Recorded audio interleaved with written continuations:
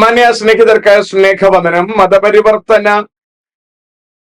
ആശങ്കകളെ കുറിച്ച് ചില വീഡിയോസ് ഞാൻ പബ്ലിഷ് ചെയ്യും എന്ന് പറഞ്ഞിരുന്നു. അതിൽ രണ്ടാമത്തെ എപ്പിസോഡാണിത്. തെലുങ്കാനയിൽ 3.5 കോടി ജനമുണ്ട്. അവിടെ അറൌണ്ട് 45% ക്രൈസ്തവരായി മാറിയിരിക്കുന്നു എന്ന് ഞെട്ടലോടെയാണ് ചിലർ ശ്രദ്ധിക്കുന്നത്. അവർക്കുള്ള ഞെട്ടലിന് ഒരുപാട് കാരണങ്ങളുണ്ട്. കാരണം ഇങ്ങനെ ആൾക്കാർ ക്രൈസ്തവ മാർഗത്തിലേക്ക് പോയാൽ ഭാരതത്തിന് ഏതാണ്ട് വലിയ ക്ഷീണം സംഭവിക്കും എന്നുള്ളതാണ് അവരുടെ ഞെട്ടലിന് കാരണം. ഞെട്ടുന്നതിന് കുഴപ്പമില്ല, നല്ല കാര്യത്തിനാണ് ഞെട്ടുന്നതെങ്കിൽ ആ ഞെട്ടല് നല്ലതാണ്. പക്ഷെ ഇവിടെ ഒരു സഹോദരനും സഹോദരിയും കൂടി ഇരുന്ന് വല്ലാതെ അങ്ങ് ഞെട്ടുകയാണ്. ആ ഞെട്ടൽ എന്തിനാണ് എന്ന് നമുക്കൊന്ന് പരിശോധിക്കാം. അവർ പ്രധാനമായും പറയുന്ന ചില കാരണങ്ങളുണ്ട്. എന്തുകൊണ്ടാണ് ആൾക്കാർ ക്രൈസ്തവ മതത്തിലേക്ക് അല്ലെങ്കിൽ ക്രൈസ്തവ മാർഗത്തിലേക്ക് പോകുന്നത്? ഇതിലവർ പ്രധാനമായിട്ട് എടുത്തു പറയുന്നുണ്ട്, കത്തോലിക്കരോ യാക്കോബക്കാരോ ഓർത്തഡോക്സുകാരോ ഒന്നുമല്ല ഇവരെ മതം മാറ്റുന്നത്, പെന്തക്കോസ്തുകാരാണ് ഇത് ചെയ്യുന്നത്. അതുകൊണ്ട് തന്നെയാണ് ഇതിനെ മതം മാറ്റം എന്ന് വിളിക്കരുത്. കത്തോലിക്കരാണ് മതം മാറ്റുന്നതെങ്കിൽ നിങ്ങൾക്ക് അവരെ മതം മാറ്റം എന്ന് പറയാം. ഇവിടെ നടക്കുന്നത് മതം മാറ്റമല്ല, മതത്തിൽ നിന്ന് മാർഗത്തിലേക്കൊരു മാറ്റമാണ്. എന്താണ് ഇതിന്റെ പ്രതിസന്ധി എന്ന്, ഇതിനെ എങ്ങനെ പരിഹരിക്കാമെന്ന് നമ്മൾ പഠിക്കാൻ പോവുകയാണ്. ആദ്യം നമുക്ക് ആ വീഡിയോ ഒന്ന് ശ്രദ്ധിക്കാം. തെലങ്കാനയിൽ നിന്ന് വരുന്ന വിവരങ്ങൾ വളരെ ഞെട്ടിപ്പിക്കുന്നതാണ്. കാരണം നമ്മളൊക്കെ ചിന്തിക്കും ഇങ്ങനെയൊക്കെ സംഭവിക്കുമോ എന്നുള്ളത്. അതിൽ ആരെയും കുറ്റം പറഞ്ഞിട്ട് കാര്യമില്ല. അവരുടെ ജീവിത സാഹചര്യം അങ്ങനെ ആയതുകൊണ്ടാണ് ഇത്തരത്തിൽ കാര്യങ്ങൾ നടക്കുന്നത്. 3.5 കോടി ജനങ്ങളുള്ള തെലങ്കാനയെ ഇപ്പോൾ ക്രൈസ്തവ രാജ്യമായി മാറാൻ പോകുന്നു. സത്യത്തിൽ നമ്മളെ ഏറെ ആശങ്കപ്പെടുത്തുന്നത് ക്രൈസ്തവ രാജ്യമാകുന്നതിലല്ല ആശങ്കപ്പെടുന്നത്, എന്തുകൊണ്ടാണ് ഇവർ ഇങ്ങനെ ആകുന്നു എന്നുള്ളതിലാണ് നമ്മളെ ആശങ്കപ്പെടുത്തുന്നത്. എന്താണ് അവിടെ നിന്ന് ഈ തെലങ്കാന നമ്മളെ പഠിപ്പിക്കുന്ന ഒരു പാഠം? കാരണം എല്ലാ സംസ്ഥാനങ്ങൾക്കും ഇതൊരു പാഠമാകണം എന്നുള്ളതാണ്. തീർച്ചയായിട്ടും ധന്യ പറഞ്ഞത് വളരെ ശരിയാണ്. ഇന്ത്യയിലെ എല്ലാ സംസ്ഥാനങ്ങൾക്കും ഇതൊരു പാഠമാണ്. തെലങ്കാന ഒരു വലിയ പാഠമാണ്, പ്രത്യേകിച്ചും ദക്ഷിണേന്ത്യൻ സംസ്ഥാനങ്ങൾക്ക്. ആന്ധ്ര, തമിഴ്നാട്, കേരളം, കർണാടക ഒക്കെ വളരെ ജാഗ്രതയോടെ ഈ വിഷയം പഠിക്കുകയും ഇതിന് പരിഹാരം കണ്ടെത്തുകയും വേണം. കാരണം അവിടുത്തെ 3.5 കോടി മനുഷ്യരിൽ ഏതാണ്ട് ഒരു 45% ഈ പിന്നാക്ക വിഭാഗങ്ങളാണ്. അതിൽ തന്നെ ഏതാണ്ട് അതിൻ്റെ പകുതിയോളം പട്ടികജാതി പട്ടികവർഗ വിഭാഗത്തിൽപ്പെട്ടവരാണ്. അവരിൽ നിന്നാണ് വലിയ തോതിൽ ക്രൈസ്തവ മതത്തിലേക്ക് മതം മാറ്റം നടന്നിരിക്കുന്നത്. ഇത് അവരുടെ ജീവിത സാഹചര്യങ്ങൾ അവരെ നിർബന്ധിച്ച് അങ്ങനൊരു കൃത്യത്തിന് പ്രേരിപ്പിക്കുകയാണ്. അവരെ മതം മാറ്റിയിരിക്കുന്നത് പ്രൊട്ടസ്റ്റന്റുകളും ബാപ്റ്റിസ്റ്റുകളുമാണ്. പെന്തക്കോസ്ത് വിഭാഗത്തിൽപ്പെട്ടവരൊക്കെയാണ് ഇവരെ വ്യാപകമായിട്ട് മതം മാറ്റിയിരിക്കുന്നത്. ഈ പറഞ്ഞിരിക്കുന്ന കാര്യത്തിൽ പ്രധാനപ്പെട്ട 2 തെറ്റുകളുണ്ട്. ഒന്ന്, അവിടെയുള്ള പട്ടികജാതി പട്ടികവർഗം അല്ലെങ്കിൽ പിന്നാക്ക വിഭാഗത്തിൽപ്പെട്ടവരാണ് ക്രൈസ്തവരായി മാറിയിരിക്കുന്നത്. ഇത് വളരെ തെറ്റായ ആശയമാണ്. ഇന്ത്യയുടെ എല്ലാ സംസ്ഥാനങ്ങളും എടുത്തു നോക്കൂ, എല്ലാ വിഭാഗത്തിൽ നിന്നും ജനം ക്രിസ്തുവിനെ സ്വീകരിച്ചിട്ടുണ്ട്, അല്ലെങ്കിൽ ക്രൈസ്തവ മാർഗം സ്വീകരിച്ചിട്ടുണ്ട്. ആരാണ് ഇത് സ്വീകരിക്കുന്നത് എന്ന് കേട്ടാൽ, യേശുക്രിസ്തുവിനെ കുറിച്ച് കേൾക്കാൻ തയ്യാറാകുന്ന എല്ലാവരും യേശുവിനെ സ്വീകരിക്കും എന്നതിൽ സംശയം വേണ്ട. പിന്നെ ഒരു വിഭാഗം ഇത് കേൾക്കാൻ തയ്യാറല്ലാത്തതിന് കാരണം അവർ ഏതാണ്ട് വലിയ സംഭവം അവരുടെ കയ്യിൽ കിട്ടിയതുപോലെ അവർ അഭിനയിച്ച് ജീവിക്കുകയാണ്. ആത്മീക ശൂന്യത, സ്പിരിച്വൽ വാക്വം കൃത്യമായി അനുഭവിക്കുകയും ആ ശൂന്യതയെ മനസ്സിലാക്കുകയും ചെയ്യുന്നവർ ആ ആത്മീക ശൂന്യത നികത്താൻ മറ്റൊരു മാർഗം അവർ അന്വേഷിക്കും. അതിലൊരൽപ്പം സമ്പത്തുള്ളവർ ഒരൽപ്പം അഹങ്കാരം സൂക്ഷിക്കുന്നു എന്നതല്ലാതെ പിന്നാക്കക്കാരല്ല കൂട്ടമായി ക്രിസ്തുവിനെ സ്വീകരിക്കുന്നത്. കഴിഞ്ഞ ദിവസം ഞാൻ കേൾപ്പിച്ച ഇവരുടെ തന്നെ വീഡിയോ, അതിലവർ പറയുന്ന ന്യായം വിദേശത്തേക്ക് പോകുന്നവർ തിരിച്ചു വരുമ്പോൾ മതം മാറി വരുന്നു എന്നുള്ളതാണ്. ഇപ്പൊ വളരെ ശ്രദ്ധിക്കണം നിങ്ങൾ.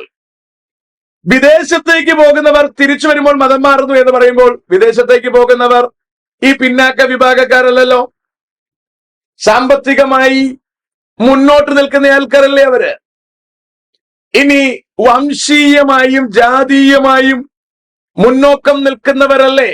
കാശ് ഒരുപാട് ചിലവാക്കി കാനഡയിലേക്കും ഓസ്ട്രേലിയയിലേക്കും അമേരിക്കയിലേക്കും ഒക്കെ പറക്കുകയും അവിടേക്ക് ചെന്ന് കുഞ്ഞുങ്ങളെ പഠിപ്പിക്കാൻ ശ്രമിക്കുന്നതും, അപ്പോൾ അവിടെ ചെന്ന് രക്ഷിക്കപ്പെട്ട യേശുവിനെ രക്ഷകനായി സ്വീകരിച്ചുകൊണ്ട് വരുന്ന ജനത്തെക്കുറിച്ച് നിങ്ങൾ എന്ത് ആശങ്കയാണ് പറയാൻ പോകുന്നത്?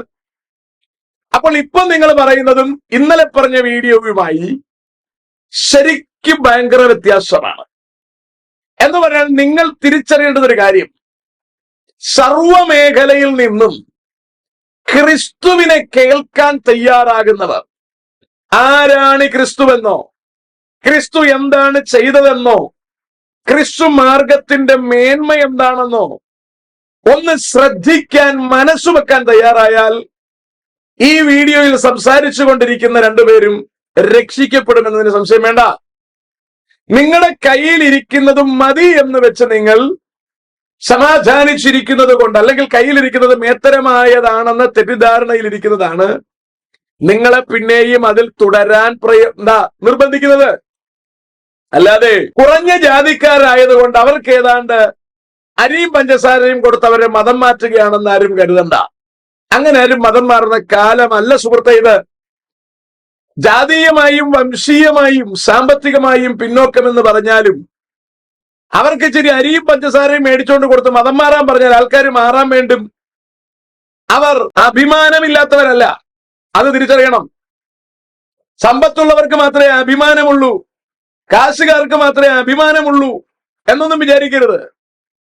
അപ്പോൾ മതം മാറി അവർ ക്രിസ്തു മാർഗത്തെ സ്വീകരിക്കുന്നു എങ്കിൽ അതിലവർ മേന്മ കണ്ടിട്ട് തന്നെയാണ്, അതിലെ സാമ്പത്തിക മേന്മ കണ്ട് അവർ പോകുന്നു എന്ന് നിങ്ങൾ പറയുമ്പോൾ നിങ്ങൾ അവരുടെ അഭിമാനത്തെയാണ് ചോദ്യം ചെയ്തത്. വിദേശ രാജ്യത്ത് പഠിക്കാൻ പോയ സാമ്പത്തികമായി മുന്നോട്ടുള്ള അല്ലെങ്കിൽ ജാതിയിൽ മുന്നോട്ടുള്ള ആൾക്കാർ മതം മാറുമ്പോൾ നിങ്ങൾ അതിനെന്താണ് ന്യായം പറയുന്നത്? ഏതോ ലോബി അവരെ മാറ്റിക്കളയുന്നുവെന്ന്. അതും നിങ്ങൾ അവരുടെ അഭിമാനത്തെയല്ലേ ചോദ്യം ചെയ്യുന്നത്?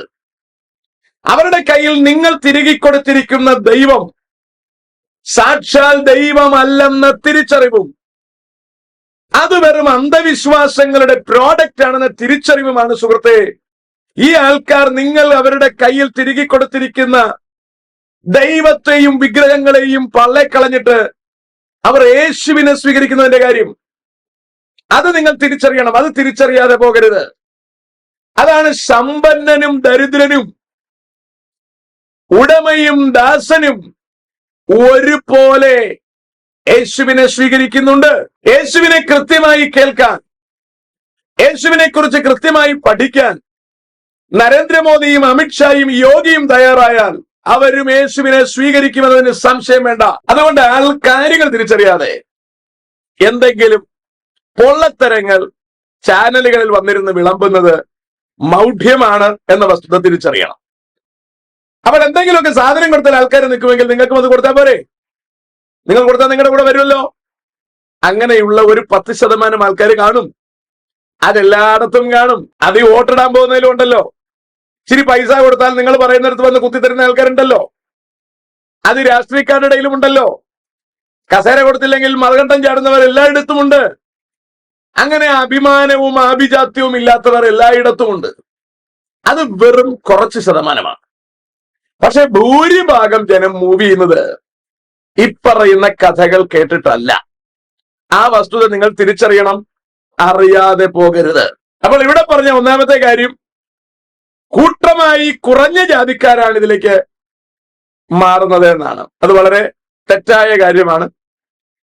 കൂടിയ ആൾക്കാരും മാറുന്നുണ്ട് എന്നും വിദേശ രാജ്യത്തേക്ക് യാത്ര ചെയ്യുന്നവർ കൂട്ടത്തോടെ മാറുന്നു എന്നും നിങ്ങൾ തന്നെ റിപ്പോർട്ട് ചെയ്തിരിക്കുന്നു. അതിൽ നിന്നും അവരുടെ കയ്യിലിരിക്കുന്ന സാമ്പത്തികമല്ല ഇഷ്യൂ എന്നും അവരുടെ കയ്യിൽ നിങ്ങൾ കൊടുത്തിരിക്കുന്ന ദൈവമാണ് ബലഹീനൻ എന്നതുമാണ് അതിന്റെ പ്രത്യേകത. ഫോർ എക്സാമ്പിൾ, നെയ്യാറ്റിൻകരക്കാർക്ക് വേണ്ടി ഇപ്പോൾ ഒരു പുതിയ ദൈവത്തെ നമ്മൾ അവതരിപ്പിച്ചു കൊടുത്തിരിക്കുകയാണ്. ലോഡിംഗ് തൊഴിലാളിയായ മണിയൻ, അയാൾ മരിച്ചു കഴിഞ്ഞപ്പോൾ ഇത് സമാധിയാണെന്ന് പറഞ്ഞ് കൊണ്ടിരുത്തി ഒരു ചെറിയ പീഠം കെട്ടി അതിൻ്റെ അകത്ത് മൂപ്പരെ ഇരുത്തിയിരുന്നത്. അവസാനം ആകെ പ്രശ്നമായി. നാട്ടുകാർ പറഞ്ഞു ഇതിനെ തല്ലിക്കൊന്നു വെച്ചതാണ്, അതുകൊണ്ട് പോസ്റ്റ്മോർട്ടം ആവശ്യമാണെന്ന് പറഞ്ഞപ്പോൾ അവിടുത്തെ വലിയ പൂജാരിയും പരേതന്റെ മകനും പറഞ്ഞത് ഇതെടുക്കാൻ പറ്റത്തില്ല, മനുഷ്യൻ സ്പർശിച്ചു കഴിഞ്ഞാൽ അശുദ്ധമാവും. അവസാനം എന്തുവായി? മനുഷ്യൻ സ്പർശിച്ചു, ഓപ്പറേറ്റ് ചെയ്ത് അതിൻ്റെ അകത്തുള്ള സാധനങ്ങളൊക്കെ പുറത്തെടുത്തു. അവസാനം പെട്ടിയാട്ടയിൽ കൊണ്ടുപോയി. ഈ ഒരു ഇതും ഇവർ നേരത്തെ പറഞ്ഞ ഒരു കാര്യങ്ങളും സംഭവിച്ചതായി കാണിക്കാതെ, അശുദ്ധി ഒന്നും സംഭവിച്ചതായി കാണിക്കാതെ പിന്നെ കൊണ്ടിയത് കുറച്ചുകൂടെ വലിയ സംഭവമാക്കി മഹാസമാധി എന്നൊക്കെ പറഞ്ഞ് കൊണ്ടിരുത്തി. ഇവൻ തന്നെ പറഞ്ഞു ഇത് പൊളിക്കുകയാണെങ്കിൽ ഞാൻ എന്റെ ആത്മാവിനെ കത്തിച്ചു കളയും. ഇതെല്ലാം വീഡിയോ കിടപ്പുണ്ട്. പുതിയ തലമുറയിൽ ബോധമുള്ളവർക്ക് ഇതൊക്കെ കണ്ടാൽ അറിയാം. ഇപ്പോൾ അതൊരു തീർത്ഥാടന കേന്ദ്രമായി. ഇപ്പൊ കഴിഞ്ഞ ദിവസം ആരോ പറഞ്ഞിട്ടു ആമസോണിലേക്ക് എന്തുണ്ട് ബുക്ക് ചെയ്തിട്ടുണ്ട്, സാധനങ്ങളൊക്കെ വന്നു കഴിഞ്ഞാൽ അവിടെ വലിയ പൂജ തുടങ്ങാൻ പോകുന്നു എന്ന്. എന്റെ സുഹൃത്തുക്കളെ, ഈ പുത്തൻ തലമുറയ്ക്ക് സ്കൂളിൽ പഠിച്ചവന് ഇതൊക്കെ ബോധമുണ്ടെന്നറിയണം. അവൻ ഇതൊന്നും ദൈവമായിട്ട് അംഗീകരിക്കില്ല. അവന്റെ ആത്മീക ദാഹത്തെ ഇവകൾക്കൊന്നും ശമിപ്പിക്കാനും കഴിയില്ല. ഒരു കുടുംബത്തിന്റെ അരിയും പഞ്ചസാരയും മേടിക്കുന്ന കാര്യം നടക്കുമെങ്കിൽ നടക്കട്ടെ, അതിന് തെറ്റില്ല. ഒരു സമൂഹത്തെ മുഴുവൻ ദൈവത്തിന് പകരം വെച്ച് കെട്ടി നിങ്ങൾക്ക് തൃപ്തിപ്പെടുത്താൻ കഴിയുമെന്ന് തോന്നുന്നു എങ്കിൽ അത് മൗഢ്യമാണ്. പണ്ടൊക്കെ നടക്കുമായിരിക്കും, ഇപ്പോഴൊന്നും അങ്ങനെ നടക്കില്ല.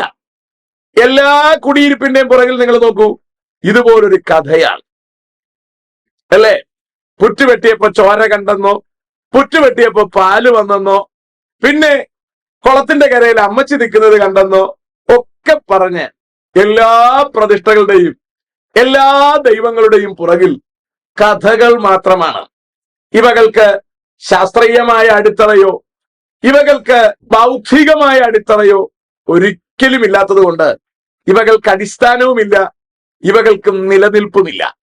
അതുകൊണ്ട് അവകൾ വലിച്ചെറിഞ്ഞ് ജനം ക്രിസ്തുവിനെ സ്വീകരിക്കുന്നത് കണ്ട് നിങ്ങൾ ഇങ്ങനെ ബേജാറായിട്ടൊന്നും കാര്യമില്ല. നിങ്ങളും പഠനം നടത്തൂ. എന്തുകൊണ്ടാണ് അതെന്ന് പഠിക്കൂ. ക്രിസ്തു ആരാണെന്ന് പഠിച്ചു നോക്കൂ.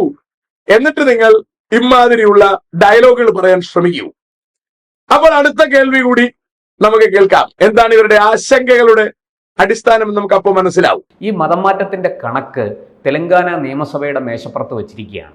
കാരണം എന്താന്ന് വെച്ചാൽ ഇപ്പോൾ നമ്മുടെ സംസ്ഥാനങ്ങൾക്ക് ജാതി സെൻസസ് എടുക്കാനുള്ള അനുവാദമുണ്ട്. അതിന് നിയമ ഭേദഗതി കേന്ദ്ര സർക്കാർ കൊണ്ടുവന്നു. അപ്പൊ അതിന്റെ ഭാഗമായിട്ട് തെലങ്കാനയിൽ രാഹുൽ ഗാന്ധി ഒരുപാട് തവണ പറഞ്ഞതാണ് ജാതി സെൻസസ് വേണം, ജാതി സെൻസസ് വേണം. അപ്പോൾ കൃത്യമായിട്ട് കേന്ദ്ര സർക്കാർ മറുപടി കൊടുത്തു. അത് സംസ്ഥാനങ്ങൾക്ക് അതിനുള്ള അധികാരമുണ്ട്, എടുത്തുകൊള്ളൂ, ഞങ്ങൾ ആരും തടസ്സപ്പെടുത്തുന്നില്ല, അതിലൊരു നിയമപ്രശ്നവുമില്ല. അങ്ങനെ തെലങ്കാന ഭരിക്കുന്നത് കോൺഗ്രസ് ആണ്. രേവന്ത് റെഡ്ഡിയാണ് അവിടുത്തെ മുഖ്യമന്ത്രി. അദ്ദേഹത്തിന്റെ നേതൃത്വത്തിലുള്ള സർക്കാർ അവിടെ ജാതി സെൻസസ് നടത്തി. ആ ജാതി സെൻസസ് നടത്തിയപ്പോഴാണ് ഈ ഞെട്ടിപ്പിക്കുന്ന കണക്കുകൾ പുറത്തു വന്നത്. ആ ജാതി സെൻസസ് അനുസരിച്ച് അവിടുത്തെ 3.5 കോടി മനുഷ്യരിൽ ഒരു വലിയ വിഭാഗം ഇത്തരത്തിൽ മതം മാറിക്കൊണ്ടിരിക്കുകയാണ്. അതിന് കാരണം അവർ പറയുന്നത് ഈ പട്ടികജാതി പട്ടികവർഗ വിഭാഗങ്ങളിൽ കടുത്ത ദാരിദ്ര്യം, കേന്ദ്ര സർക്കാരും സംസ്ഥാന സർക്കാരും കൊടുക്കുന്ന അവരുടെ ഉന്നമനത്തിന് വേണ്ടി കൊടുക്കുന്ന ഫണ്ട് അവരിലേക്ക് എത്തുന്നില്ല, അടിച്ചു മാറ്റുന്നു. അത് ഇടയ്ക്ക് വെച്ച് അത് നഷ്ടപ്പെടുന്നു, അത് അടിച്ചു മാറ്റുന്നു. അത് തട്ടിയെടുക്കാൻ വേണ്ടിയിട്ട് ഒരു വലിയ വിഭാഗം ഉദ്യോഗസ്ഥരും ഒരു വലിയ വിഭാഗം മാഫിയയും അവിടെ പ്രവർത്തിക്കുന്നുണ്ട്.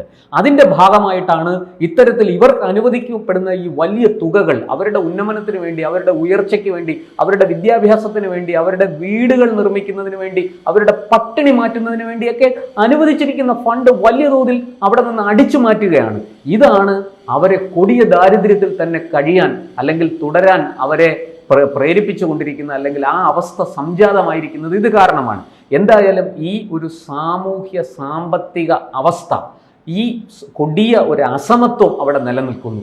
ആ അസമത്വമാണ് ഇവരെ മതം മാറാൻ പ്രേരിപ്പിച്ചിരിക്കുന്നത്. പ്രശാന്ത്, ഒരു കാര്യം ഞാൻ ചോദിക്കട്ടെ, പണ്ടൊക്കെ നമ്മൾ ഈ തമാശയ്ക്ക് പറയും പാലും മുട്ടയും ഗോതമ്പ് മാവും ഒക്കെ കൊടുത്ത് മതം മാറ്റി എടുക്കാൻ കഴിയുമെന്നുള്ളത്. പലരും പണമൊക്കെ കൊടുത്ത് കോടികളൊക്കെ കൊണ്ടുവന്ന് പല സമുദായത്തിലേക്കും ആളുകളെ എടുക്കുന്നുണ്ട്. പിന്നെ വിവാഹം കഴിച്ചുകൊണ്ട് പിന്നെ ലവ് ജിഹാദ്, ഇതൊക്കെ നമ്മൾ കണ്ടതും കേട്ടതുമാണ്. അത് എത്രത്തോളം സത്യമാണെന്ന് നമുക്കറിയില്ല.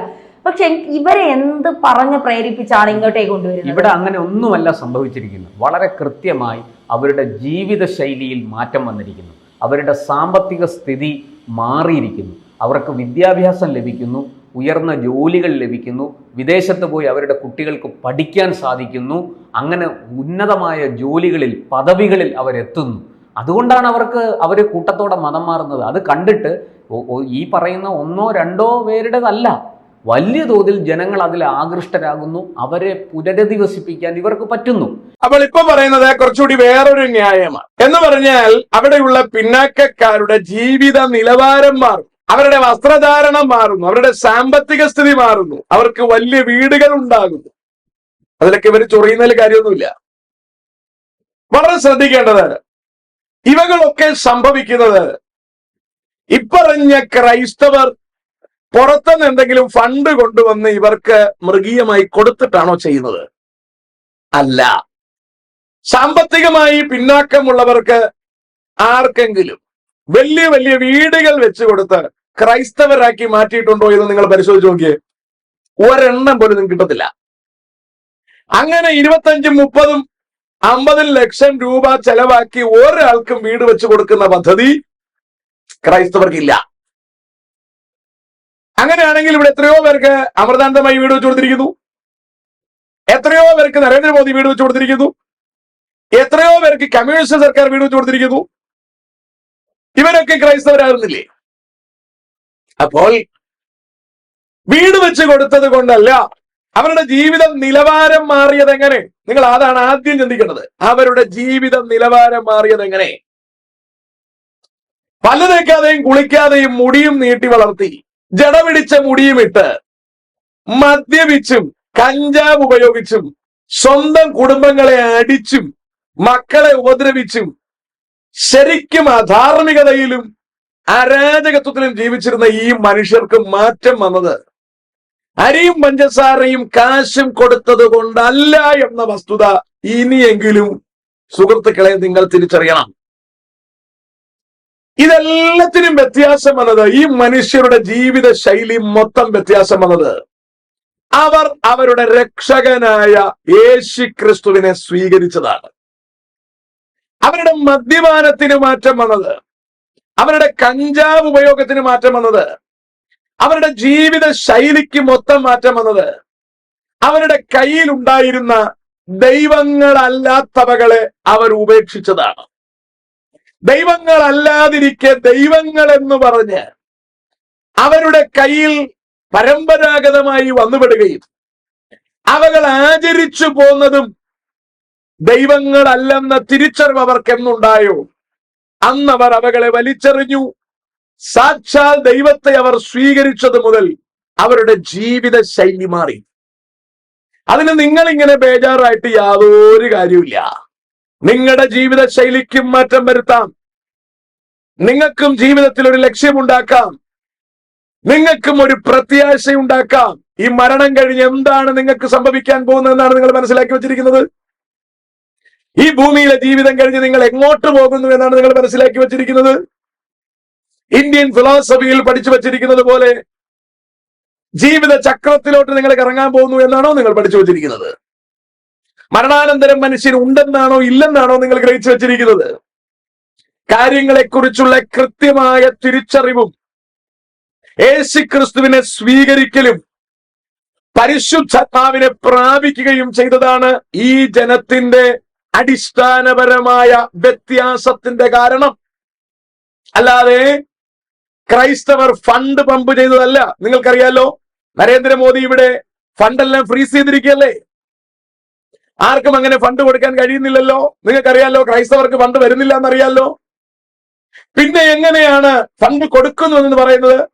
നിങ്ങൾ തന്നെ പറയുന്നു നരേന്ദ്രമോദി വന്നതോടുകൂടി ഇവിടെ ഫണ്ടെല്ലാം ഫ്രീസ് ചെയ്തിരിക്കുന്നു. പിന്നെ എങ്ങനെയാണ് ഇപ്പോഴും ഫണ്ട് കൊടുക്കുന്നു എന്ന് നിങ്ങൾ പറയുന്നത്? ഇവിടെ ആരെങ്കിലും കുഴൽപ്പണം കൊണ്ട് കൊടുക്കുന്നുണ്ടോ? നിങ്ങൾ എല്ലാവരുടെയും വീട് പരിശോധിക്കൂ, നിങ്ങൾ എല്ലാവരുടെയും ബാങ്ക് പരിശോധിക്കൂ. അതുകൊണ്ട് എന്തെങ്കിലുമൊക്കെ പറഞ്ഞ് നിങ്ങൾ അടയ്ക്കാൻ ശ്രമിക്കാതെ ഞങ്ങൾ ഈ ജനത്തിന് കൊടുക്കുന്നത് ഒന്ന് മാത്രമാണ്: മാനവകുലത്തിന്റെ പാപപരിഹാരത്തിനായി ഈ ഭൂമിയിലേക്ക് ഇറങ്ങി വന്ന് മരിച്ചടക്കപ്പെട്ട് ഉയർത്തെഴുന്നേറ്റ് ഇപ്പോഴും സ്വർഗത്തിൽ വിശ്രമിക്കുകയും നമ്മെ സ്വീകരിക്കുവാൻ പിന്നെയും വരികയും ചെയ്യുന്ന കർത്താവായ യേശുക്രിസ്തുവിനെയാണ് ഞങ്ങൾ ഇവർക്ക് പ്രസന്റ് ചെയ്യുന്നത്. ആ ക്രിസ്തുവിലൂടെ അല്ലാതെ മറ്റാർക്കും രക്ഷയില്ല സുഹൃത്തുക്കളെ. നിങ്ങൾ ശ്രദ്ധിക്കൂ. നിങ്ങൾ പറഞ്ഞല്ലോ പട്ടികജാതി പട്ടികവർഗത്തിൽപ്പെട്ടവർ അല്ലെങ്കിൽ മാർജിനലൈസ് ചെയ്ത് മാറ്റി നിർത്തപ്പെട്ടിരിക്കുന്നവർ, സാമ്പത്തികമായി പിന്നാക്കം നിൽക്കുന്നവർ, വിദ്യാഭ്യാസപരമായി പിന്നാക്കം നിൽക്കുന്നവർ, ഈ ജനത്തിന്റെ ഒക്കെ ജീവിത ശൈലി മാറി. ഇവർ അനുഗ്രഹിക്കപ്പെട്ടു എന്നല്ലേ നിങ്ങൾ പറയുന്നതിന്റെ അർത്ഥം? ഇവരുടെ ജീവിത നിലവാരം ഉയർന്നു എന്നല്ലേ നിങ്ങൾ പറയുന്നതിന്റെ അർത്ഥം? പിന്നെ നിങ്ങൾ എന്തിനാണ് ഇവിടെ മതപരിവർത്തനത്തെ നിങ്ങൾ എതിർക്കുന്നത്? രാഷ്ട്രത്തിന്റെ ഉയർച്ചയാണ് നിങ്ങൾ ഉദ്ദേശിക്കുന്നതെങ്കിൽ, ഇവിടുത്തെ കഞ്ചാവ് ഉപയോഗം ഇല്ലാതാകുന്നതാണ് നിങ്ങൾ ഉദ്ദേശിക്കുന്നതെങ്കിൽ, ഇവിടെ വ്യഭിചാരവും മറ്റു തര സാമൂഹിക അധാർമികതകളും ഇല്ലാതാകുന്നതാണ് നിങ്ങൾ പ്രതീക്ഷിക്കുന്നതെങ്കിൽ, അത് ക്രിസ്തുവിലൂടെ നടക്കുന്നെങ്കിൽ നടക്കട്ടെ എന്ന് വെക്കാതെ എന്താണ് നിങ്ങൾ അത് കാണുമ്പോൾ നിങ്ങൾക്ക് ഞെട്ടലുണ്ടാകുന്നത്? കഥ മനസ്സിലാക്കുന്നു എന്നാണ് ഞാൻ പ്രതീക്ഷിക്കുന്നത്. ഇത് തെലുങ്കാനയുടെ കഥ. സുഹൃത്തുക്കളെ, യു പിയിലേക്ക് നമുക്കൊന്ന് പോകാമോ? യു പി വലിയൊരു സ്റ്റേറ്റ് അല്ലേ? യു പിയിൽ BJP അല്ലേ ഭരിക്കുന്നത്? അവിടെ എന്താ ഇന്നും തുണി ഉടുക്കാത്ത ആൾക്കാർ ജീവിക്കുന്നത്? നിങ്ങൾക്ക് ഉടുപ്പിക്കാൻ കഴിയുമോ? കഴിയത്തില്ല.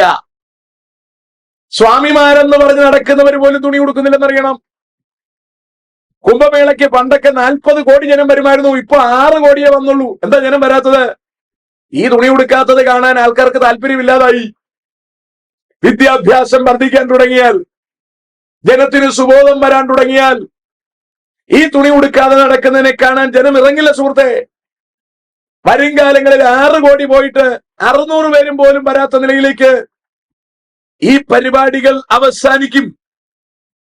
അതിനെ പേടിച്ചിട്ടാണ് നിങ്ങളിപ്പോൾ മതപരിവർത്തന നിരോധനവുമായി നടക്കുന്നത്. നിങ്ങൾക്കൊരു കാര്യം ചെയ്യാൻ പറ്റുമോ? യു പിയിൽ കഞ്ചാവ് മാത്രം നിർത്തലാക്കിയാൽ, കഞ്ചാവും അതുപോലെയുള്ള ലഹരി സാധനങ്ങൾ മാത്രം നിങ്ങൾ ഒഴിവാക്കിയാൽ, തുണി ഉടുക്കാത്ത ഒരു സന്യാസിയെ നിങ്ങൾക്ക് നാട്ടിൽ കാണാൻ പറ്റുന്നില്ല. നിങ്ങൾ അറിയണം, ഇവരാരും ദൈവം ഉള്ളത് കൊണ്ടല്ല ഈ വസ്ത്രം ധരിക്കാൻ നടക്കുന്നത്. ഇവര് മദ്യപിച്ചും കഞ്ചാവ് ഉപയോഗിച്ചും മാനസിക നില തെറ്റിയിട്ടാണ് ഇവരിങ്ങനെ വസ്ത്രം ധരിക്കാതെ നടക്കുന്നത്.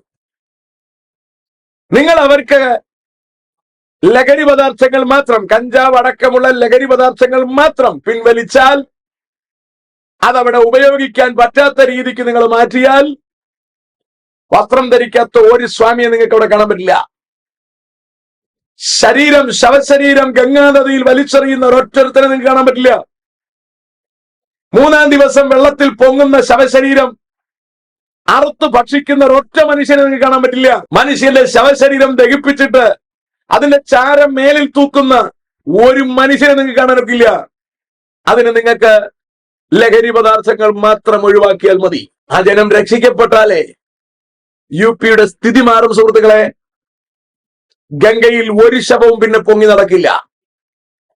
വസ്ത്രം ധരിക്കാത്ത ഒരു മനുഷ്യനെ നിങ്ങൾക്ക് കാണാനൊക്കില്ലെന്ന് മാത്രമല്ല, സ്വർഗത്തിലെ ദൈവത്തിന്റെ സകലവിധ നന്മകളും യു പിയിൽ ഒഴുകുകയും ചെയ്യും. നിങ്ങൾ അമേരിക്ക സന്ദർശിച്ചു നോക്കൂ, നിങ്ങൾ ഇംഗ്ലണ്ട് സന്ദർശിച്ചു നോക്കൂ, നിങ്ങൾ ഓസ്ട്രേലിയ സന്ദർശിച്ചു നോക്കൂ. എത്ര സുന്ദരമാണ്. ഇവിടൊക്കെ യാത്ര ചെയ്തിട്ട് നിങ്ങൾ ഇന്ത്യ വന്ന് കണ്ടാൽ നിങ്ങൾക്ക് മനസ്സിലാവും ഇന്ത്യ എന്താ ഇങ്ങനെ കിടക്കുന്നത്. ഈ ജനത്തെ കയറഴിച്ചു വിടാൻ നിങ്ങൾക്ക് പോലും താല്പര്യമില്ല. ഈ ജനത്തിന്റെ അധാർമികതയിൽ ചവിട്ടി നിന്നുകൊണ്ടാണ് രാജ്യം നിങ്ങൾ ഭരിക്കുന്നത്. ഈ ജനം നമ്മളെപ്പോലെ മാന്യമായി ജീവിക്കേണ്ടവരാണ്. ഈ ജനം നമ്മളെപ്പോലെ മാന്യമായി വസ്ത്രം ധരിക്കേണ്ടവരാണ്. ഈ ജനം നമ്മളെപ്പോലെ മാന്യമായി സുബോധത്തിൽ നടക്കേണ്ടവരാണ്. എന്തുകൊണ്ട് ഇവരെ നടക്കുന്നില്ല? നിങ്ങൾ ഇവരെ നടക്കാൻ അനുവദിക്കുന്നില്ല. നിങ്ങൾ ക്രിസ്തുവിനെ പ്രസന്റ് ചെയ്യേണ്ട, അവരെ മാന്യമായി നടക്കാനെങ്കിലും നിങ്ങൾ അനുവദിക്കൂ. നിങ്ങൾ തിരിച്ചറിയണം, നിങ്ങളുടെ ഈ പിടിപാടുകളിൽ നിന്ന് രക്ഷപ്പെട്ട ആൾക്കാരാണ് കാശുണ്ടാക്കി വ്യത്യസ്ത രാജ്യങ്ങളിലേക്ക് ചെന്ന് അവരുടെ മക്കളെ പഠിപ്പിക്കുകയും രക്ഷപ്പെടുത്തുകയും ചെയ്യുന്നത്. അവിടെ ചെല്ലുമ്പോൾ അവർ ക്രിസ്തുവിനെ കണ്ടെത്തുന്നു, അവർ മോക്ഷം പ്രാപിച്ച് നിത്യതയ്ക്ക് ഒരുങ്ങുന്നു. ഈ ജനത്തിന് നിങ്ങൾ ഒരിക്കൽ പോലും തെളിഞ്ഞ ബോധം വരാത്ത നിലയിൽ അവരെ കഞ്ചാവിന്റെ ലഹരിയിൽ ഇവിടെ ഇട്ട് നശിപ്പിക്കുന്നു. ആ ജനത്തിന്റെ അടുക്കൽ ഞങ്ങൾ ചെന്ന് അവരുടെ കയ്യിലിരിക്കുന്ന കഞ്ചാവ് ഉപേക്ഷിപ്പിച്ച് അവരെ കുളിപ്പിച്ച് റെഡിയാക്കി അവരുടെ ഉള്ളിൽ ക്രിസ്തുവിനെ കടത്തി അവരെ ഈ രാജ്യത്തെ മാന്യന്മാരായ പൗരന്മാരായി നിലനിർത്തുമ്പോൾ നിങ്ങൾ ഞങ്ങളെ ദേശത്തുനിന്ന് ഓടിക്കാനുള്ള ശ്രമമാണ് നടത്തുന്നത്. നിങ്ങളിൽ വ്യാപരിക്കുന്നത് പിശാചാണെന്ന് പറഞ്ഞാൽ ഇല്ലെന്ന് തെളിയിക്കാൻ നിങ്ങൾക്ക് ചങ്കുറ്റമുണ്ടോ? മനുഷ്യനെ മനുഷ്യനായി മാറ്റാൻ, മനുഷ്യനെ പാപത്തിൽ നിന്ന് വീണ്ടെടുക്കുവാൻ കർത്താവായ യേശുക്രിസ്തു ഭൂമിയിലേക്ക് വന്നു. ക്രിസ്തുവിന് പകരം കൊടുക്കാൻ നിങ്ങൾക്ക് മറ്റൊന്നും ഈ ഭൂമിയിലില്ലെന്ന് നിങ്ങൾ തിരിച്ചറിയണം. മാനവകുലത്തെ പാപത്തിൽ നിന്ന് മോചിക്കാൻ കഴിയുന്ന മറ്റൊരു ശക്തിക്കും ആവില്ലെന്ന് നിങ്ങൾ തിരിച്ചറിയണം. ഈ ജനത്തിന്റെ ഈ അധാർമികതയിൽ നിന്ന് അവരെ വിടുവിക്കാൻ കഴിയുന്ന മറ്റൊരു മെഡിസിനും നിങ്ങൾക്ക് ഇവിടെ ഇല്ല എന്ന വസ്തുത നിങ്ങൾ തിരിച്ചറിയണം. ഇവകൾ തടുക്കാൻ നിങ്ങൾ ശ്രമിക്കും തോറും ഇവകൾ ജനത്തിന്റെ ഇടയിലേക്ക് ആഴ്ന്നിറങ്ങും, ജനത്തെ പാപത്തിൽ നിന്ന് വിടുവിക്കും എന്നതിന് സംശയം വേണ്ട. വചനം പറയുന്നു, അന്ത്യകാലത്ത് സകല ജഡത്തിന്റെ മേലും ആത്മാവിനെ പകരും. എന്നെ കേൾക്കുന്ന സുഹൃത്തുക്കൾ ദയവായി തിരിച്ചറിയുക, യേശുവിന്റെ സുവിശേഷത്തിന് നിങ്ങളെ വ്യത്യാസപ്പെടുത്താൻ കഴിയും.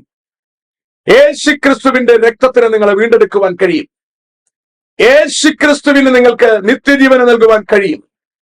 നിങ്ങളുടെ ജീവിത നിലവാരം ഇവിടെ മാറ്റുവാൻ മാത്രമല്ല, മരണാനന്തരം നമ്മളെ സ്വർഗരാജ്യത്തിൽ കൊണ്ടെത്തിക്കുവാനും കർത്താവായ യേശുക്രിസ്തുവിന് മാത്രമേ കഴിയൂ. അതുകൊണ്ട് ഗൗരവമായി ചിന്തിക്കുക. ഇങ്ങനെ ജീവിച്ചാൽ മതിയോ? ഇങ്ങനെ ജീവിച്ച് നമ്മൾ എത്ര കാലം ജീവിക്കും? 2100 നമ്മളെല്ലാവരും ഈ ഭൂമി വിട്ടു പോകേണ്ടി വരും. വളരെ പെട്ടെന്ന് ഈ ഭൂമി വിട്ടു പോകേണ്ടി വരുന്ന നമ്മൾ ചെന്നെത്താനുള്ള ഇടത്തെക്കുറിച്ച് കരുതലുള്ളവരായിരിക്കണം. ഭാരതം നമ്മുടെ സ്വന്തം രാജ്യം തന്നെയാണ്. പക്ഷേ ഇവിടെ എനിക്കിനി 50 കൊല്ലം പോലും ജീവിക്കാനാവില്ല. അതിനു മുമ്പ് ഞാൻ ഇവിടം വിട്ട് പോകേണ്ടി വരുമെങ്കിൽ ഞാൻ കരുതലോടെ ജീവിക്കേണ്ടിയിരിക്കുന്നു. നമുക്ക് ശ്രദ്ധയോടെ ജീവിക്കാം. മതപരിവർത്തനമല്ല ഇവിടെ നടക്കേണ്ടത്, മനപരിവർത്തനമാണ് ഇവിടെ നടക്കേണ്ടത്. ജനത്തിന് വിടുതലുണ്ടാകട്ടെ, ജനത്തിന് മോചനമുണ്ടാകട്ടെ, ജനം നിത്യതയ്ക്കൊരുങ്ങട്ടെ. മനുഷ്യനെന്ന് പറയാൻ പോലും കഴിയില്ലാത്ത വിധം മദ്യലഹരിയിലും കഞ്ചാവിന്റെ ലഹരിയിലും പിടിക്കപ്പെട്ടിരിക്കുന്ന ഈ സമൂഹം ഉദ്ധരിക്കപ്പെടുവാൻ നമുക്ക് ഒരുമിച്ച് പ്രവർത്തിക്കാം. ക്രിസ്തുവിലൂടെ നിത്യജീവൻ പ്രാപിപ്പാൻ നമുക്കെല്ലാവർക്കും ക്രിസ്തുവിന്റെ കൂടെ അണിനിരക്കാം. മരണത്തെ ജയിച്ച ക്രിസ്തുവിൽ വിശ്വസിക്കുന്നവൻ മരിച്ചാലും ജീവിക്കുമെന്ന് വചനം പറയുന്നു. നമുക്കും ഉയർത്തെഴുന്നേൽക്കാം, നമുക്കും പ്രത്യാശയോടെ ജീവിക്കാം, നമുക്കും നിത്യതയ്ക്ക് ഒരുങ്ങാം. May God bless everybody.